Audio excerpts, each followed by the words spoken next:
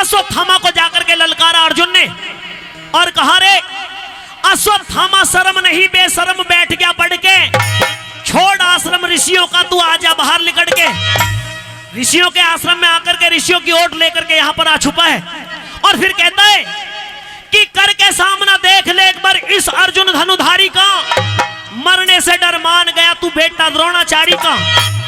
वीरों का छिपना ठीक नहीं है, काम बताया नारी का। अश्वत्थामा खड़ा हुआ ना जोश थमा धनुधारी का, और ब्रह्मास्त्र दिया छोड़ वीर ने तुझे दिखा दूं लड़के, छोड़ आश्रम ऋषियों का, मैं आ गया बाहर निकल के। साथियों, अश्वत्थामा खड़ा होता है और ब्रह्मास्त्र का आह्वान करके और उस ब्रह्मास्त्र को अर्जुन के ऊपर छोड़ देता है। उधर जब अर्जुन ने देखा कि अश्वत्थामा ने ब्रह्मास्त्र का प्रयोग कर दिया है, तो अर्जुन ने भी अपने ब्रह्मास्त्र को लिया और अर्जुन ने भी अपने ब्रह्मास्त्र का प्रयोग कर दिया। दोनों के ब्रह्मास्त्र चलने लगे, पृथ्वी कंपन करने लगती है, देवता भयभीत हो गए, बच्चा बच्चा डर जाता है। ब्रह्मास्त्र अर्जुन ने छोड़ा जब हृदय में तंग हो गए, धरती अंबर कांप गए, जन महाप्रलय के ढंग हो गए, सृष्टि भी जन नहीं बचे, न्यू देख देख ऋषि दंग हो गए। खड़े वेद व्यास और नारद जी के और ऋषि भी संग हो गए।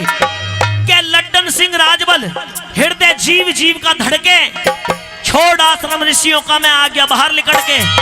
उस ब्रह्मास्त्र का प्रयोग हुआ तो श्री कृष्ण जी महाराज कहने लगते हैं, अर्जुन तुमने ये क्या किया? ब्रह्मा जी के द्वारा दिए हुए इन ब्रह्मास्त्रों का प्रयोग उस ब्रह्मा जी की सृष्टि को खत्म करने के लिए कर दिया। इन ब्रह्मास्त्रों को रोकिए वरना ये सृष्टि नष्ट हो जाएगी। अर्जुन ने श्री कृष्ण जी का आदेश मानते हुए अपने ब्रह्मास्त्र को वापस ले लिया। अश्वत्थामा को भी इशारा किया कि अश्वत्थामा, ये ब्रह्मास्त्र चलाने के लिए नहीं हुआ करता, इसको रोक। लेकिन अश्वत्थामा कहता है कि श्री कृष्ण जी महाराज, मैं ब्रह्मास्त्र को चलाना तो जानता हूं लेकिन उसको वापस लेना नहीं जानता। मेरा ब्रह्मास्त्र वापस नहीं आ सकता। यह जरूर है कि ये पांडवों का विनाश करने के लिए मैंने छोड़ा है, ये पांडवों को नहीं मारेगा, मैं इसकी दिशा बदल देता हूं। दिशा बदलिए। उस ब्रह्मास्त्र की दिशा अश्वत्थामा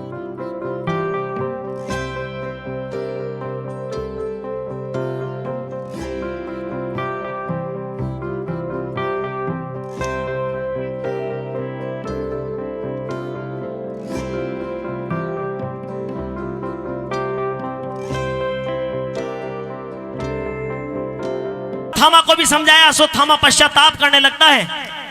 उधर आदेश किया, अश्वत्थामा तेरे मस्तक में मणि है, तुझे शंकर भगवान का वरदान है, तू अजय वीर है, तुझे कोई नहीं मार सकता, इस मणि को निकाल करके दे दे।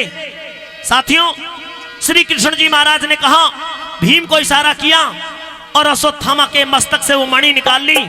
और मणि निकालते ही अश्वत्थामा पागल की तरह हो जाता है।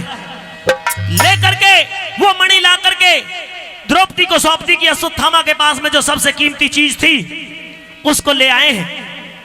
और उधर धर्मराज युधिष्ठिर श्री कृष्ण जी के साथ युद्ध भूमि के अंदर निकले। देखा चारों तरफ लाशें पड़ी हुई हैं, उन्हें जलाने वाला कोई नहीं है, खून के दरिया बह रहे हैं। श्री कृष्ण जी महाराज कहने लगते हैं, धर्मराज इस युद्ध के अंदर तुम्हारी जीत हो गई है। लेकिन ये बात सुनते ही धर्मराज युधिष्ठिर की आंखों में आंसू भर आए और कहने लगा कि महाराज, आज मेरी सबसे बड़ी हार हुई है। हार? तुझे खुशी होनी चाहिए, तेरी आंखों में आंसू क्यों रो रहे हो? मेरी ये सबसे बड़ी हार हुई है। कैसे हुई है? धर्मराज युधिष्ठिर अपने मन का हाल श्री कृष्ण जी महाराज को कैसे बता रहे, सुनेंगे। अरे धर्म युधिष्ठिर कांप गया और भर के छाती आई, धरती ऊपर लाश पड़ी दे चारों तरफ दिखाई, चारों तरफ दिखाई।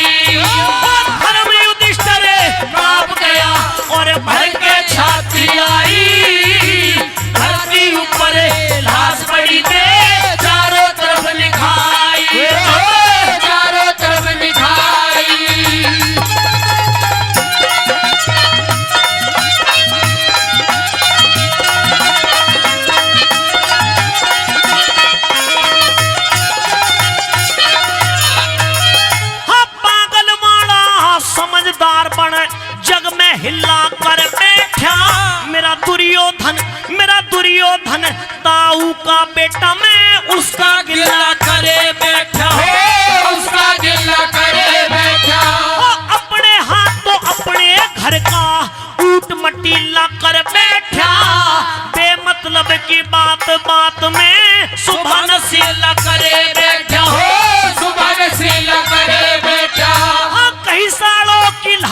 पड़ी, ओ कहीं सालों की लाश पड़ी, कहीं पड़े तड़फ रे भाई, धरती ऊपर लाश पड़ी दे चारों तरफ दिखाई, चारों तरफ दिखाई।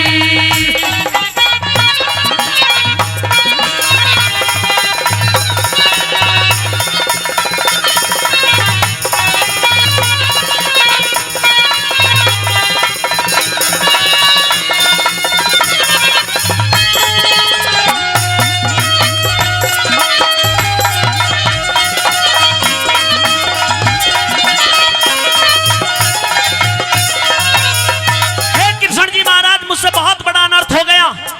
पागल वाला समझदार बन जग में हिल्ला कर बैठा, मेरा दुर्योधन ताऊ का बेटा मैं उसका गिल्ला कर बैठा, बेमतलब की बात बात में सुबह नसीला कर बैठा, मैं अपने हाथों अपने घर का ऊंट मटीला कर बैठा। आज कहीं साड़ों की लाश पड़ी, कहीं पड़े तड़फरे भाई, धरती ऊपर लाश पड़ी दे चारों तरफ दिखाई। उन लाशों को देख करके आंसू नहीं रुक पा रहे।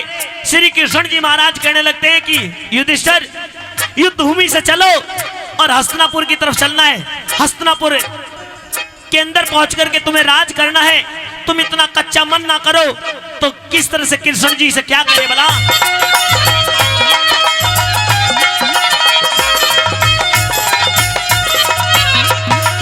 अरे इस रोने का हाल तुम्हें, हो इस रोने का हाल तुम्हें कृष्ण जी सा बताऊंगा, थोड़े दिन में देख लियो मैं जीव न मर जाऊंगा, हो जीव न मर जाऊंगा। मुझे के बेरा था अपने हाथों में अपना कुटुंब खपाऊंगा। हस्तिनापुर, अरे हस्तिनापुर को कृष्ण जी बता कैसे मुंह दिखलाऊंगा, हो कैसे मुंह दिखलाऊंगा। यो अंबर टूट नहीं पड़ता, यो अंबर टूट नहीं पड़ता, ना फटती धरती माई, धरती ऊपर लाश पड़ी दे चारों तरफ दिखाई, चारों तरफ दिखाई।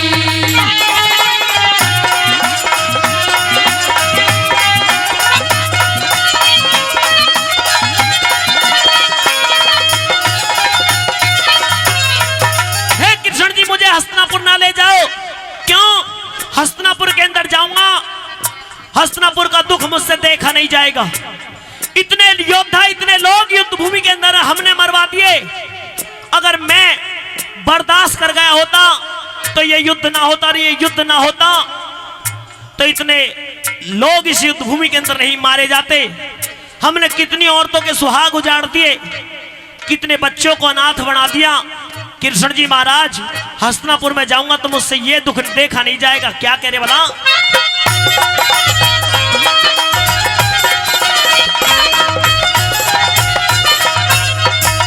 अरे विधवा नारी कहर करेंगी, विधवा नारी कहर करेंगी, यो फिकर रात दिन खावेगा। बालक बहुत अनाथ हुए मने उनका प्रेम सतावेगा, हो उनका प्रेम सतावेगा। बेटों की आग में ताऊ और बेटों की आग में ताऊ और ताई का दिल डकरावेगा। हे कृष्ण जी, हे कृष्ण जी, महलों में यो दुख ना देखा जावेगा, हो दुख ना देखा जावेगा। मुझ पापी ने कुल को मेट दिया, मुझ पापी ने कुल को मेट दिया।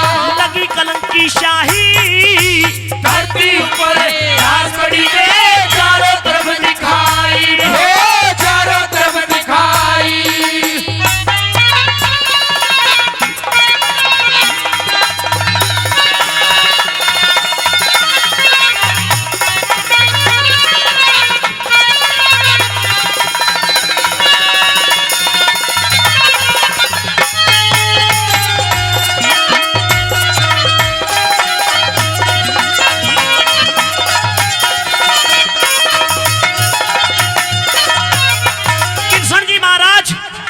हस्तिनापुर में अगर पहुंचा तो वहां पर क्या होगा?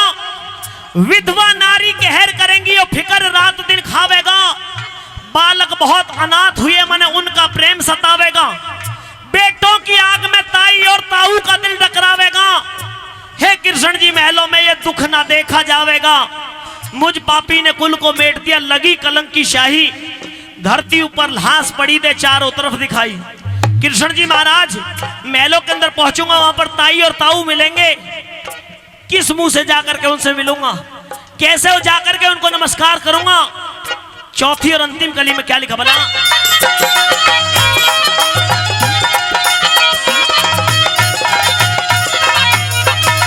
हाँ ना डटने की बात कर्म का, ना डटने की बात कर्म का, ये पड़े भोगना भोग मुझे, मेरे भाइयों को खुशी घनी